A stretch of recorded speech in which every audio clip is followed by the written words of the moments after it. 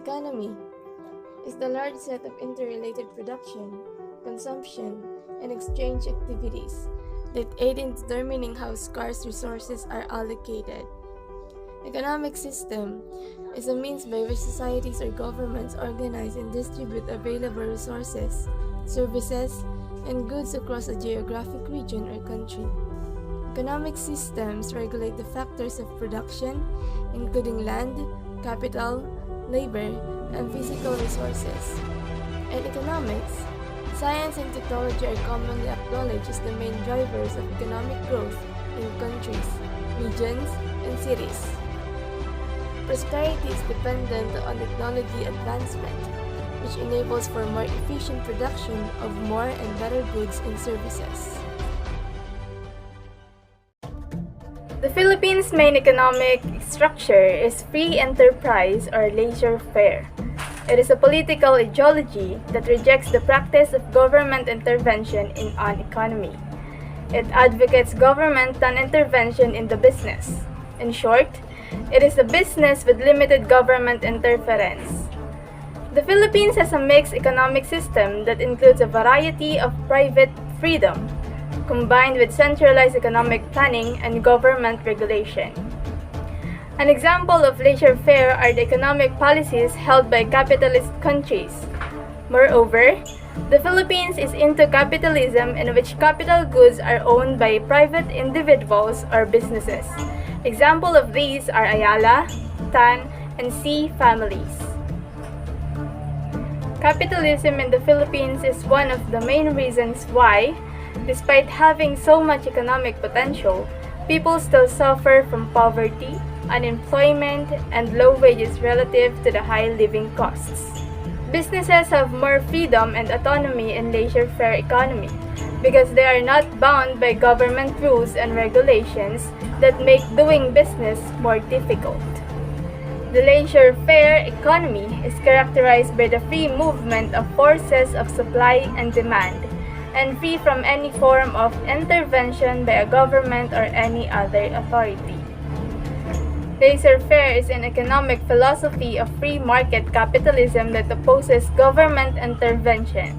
The government should not intervene in the economy except to protect individuals' inalienable rights. In other words, let the market do its own thing. Laissez-faire, like all political and economic ideologies, it has its own advantages and disadvantages. The following are some of the benefits of laissez-faire concept. No tax or absence of taxes. It leaves companies with greater spending power. For businesses, that means more profit to distribute to owners or as internal capital for expansion needs. They don't need to set aside money just to pay taxes. There will be also less corruption among officials if there is no tax. Innovation acceleration. Competition is aided by minimal government interference. Companies must deliver superior items to the market in order to compete in the market. Companies are always driven to be more creative and innovative in their operations as a result of a requirement to stay competitive. This leads to technological advances, in addition to economic growth. Economy. Businesses have more freedom and space in a free market economy. Government policies and regulations do not apply to them, making their work more challenging. The corporation has a higher motivation to maximize earnings in such environment. On the other side, laissez-faire attitudes have been regarded as cruel and insensitive. Widening income inequality. The laissez-faire economy is controlled by the capital owners. Those who are poor continue to be poor and pass it on to their children and grandchildren, and so on. Corruption frequently leads to the perpetuation of wealth by capitalists who engage in corrupt activities. They restrict the poor from gaining capital and improving their lives. Inequality, as a result, adds the vicious cycle of the poverty that exists throughout the world. Failure to represent the interest of the entire society. The laissez-faire economy fails to represent the interests of all sections of society. This system only serves capital owners. It may cater only to the majority or the affluent class. In order to establish a laissez-faire economy, a leader must be present. Laissez-faire leaders have reliance on their staff and trusting attitude.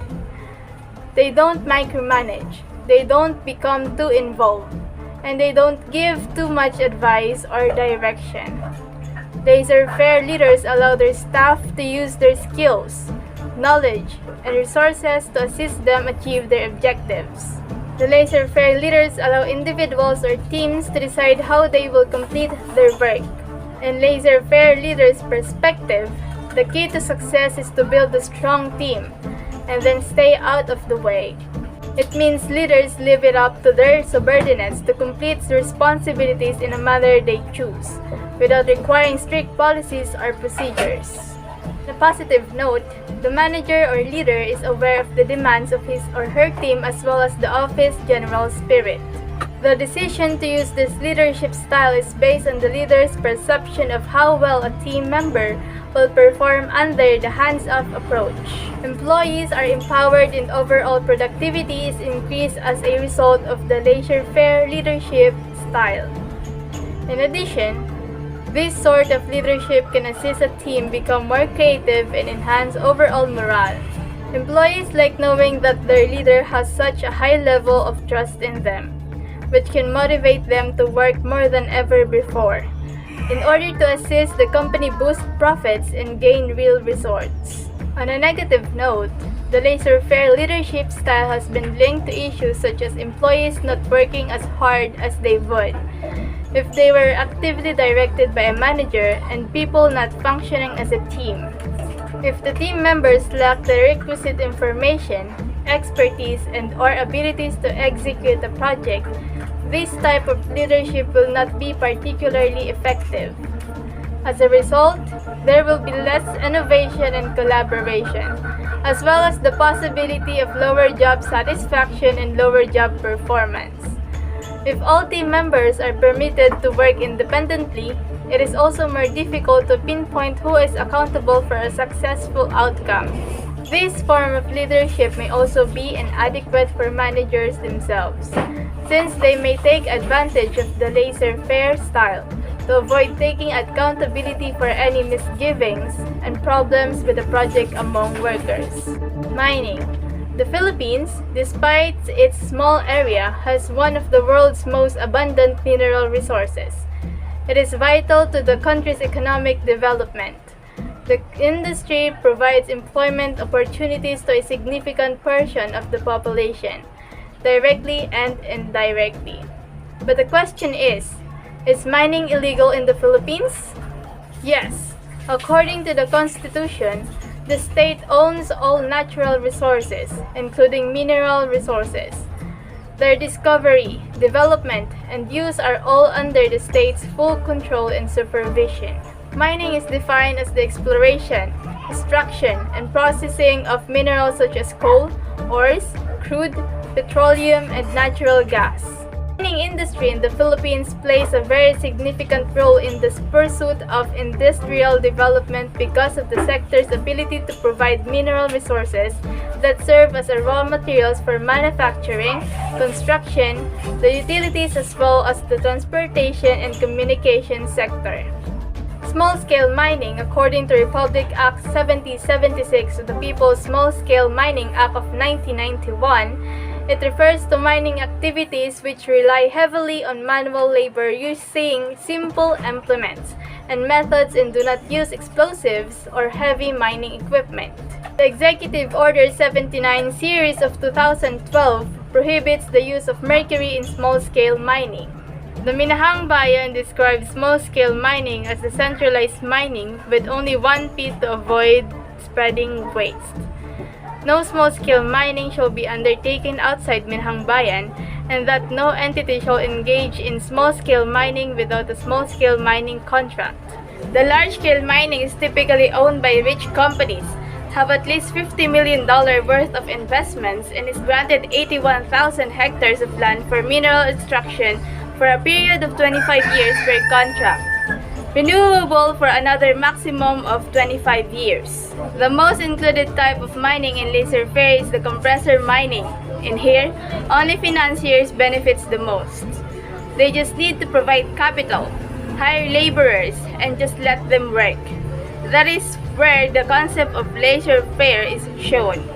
Compressors mining is the deadliest gold extraction method on earth and is considered illegal under Philippine law. In this type of mining, there are so-called financiers who provides capital for equipment, food, and are responsible for hiring laborers to dig pits. The miners work underwater, breathing through a narrow tube attached to a compressor in the surface for approximately 1 to 12 hours per day and 6 times a week. Workers engage into such dangerous work, risking their health and safety in exchange for a little income. They don't have any safety precautions at all. Compressor mining uses mercury to extract gold. The toxic mercury is a serious health hazard for miners in the general population. It is estimated that up to 100 million people are exposed. In the Philippines, Executive Order Number 79 prohibits the use of mercury in mining and mineral processing. There are some unfortunate events related to mining. In October 2015, large rocks collapsed inside a mining pit, hitting a miner on his spinal cord. Luckily, he survived, but unfortunately can't walk anymore. No one was held responsible for the accident. After 20 years of working in an illegal mining, a miner had pulmonary tuberculosis due to his daily exposure to mercury. No one was held responsible. A miner died underwater, being unable to breathe with his colleagues, doesn't notice that the compressor ran out of gasoline and stopped functioning. Financiers had paid his family a cash amounting of 100,000 pesos to silence them from media.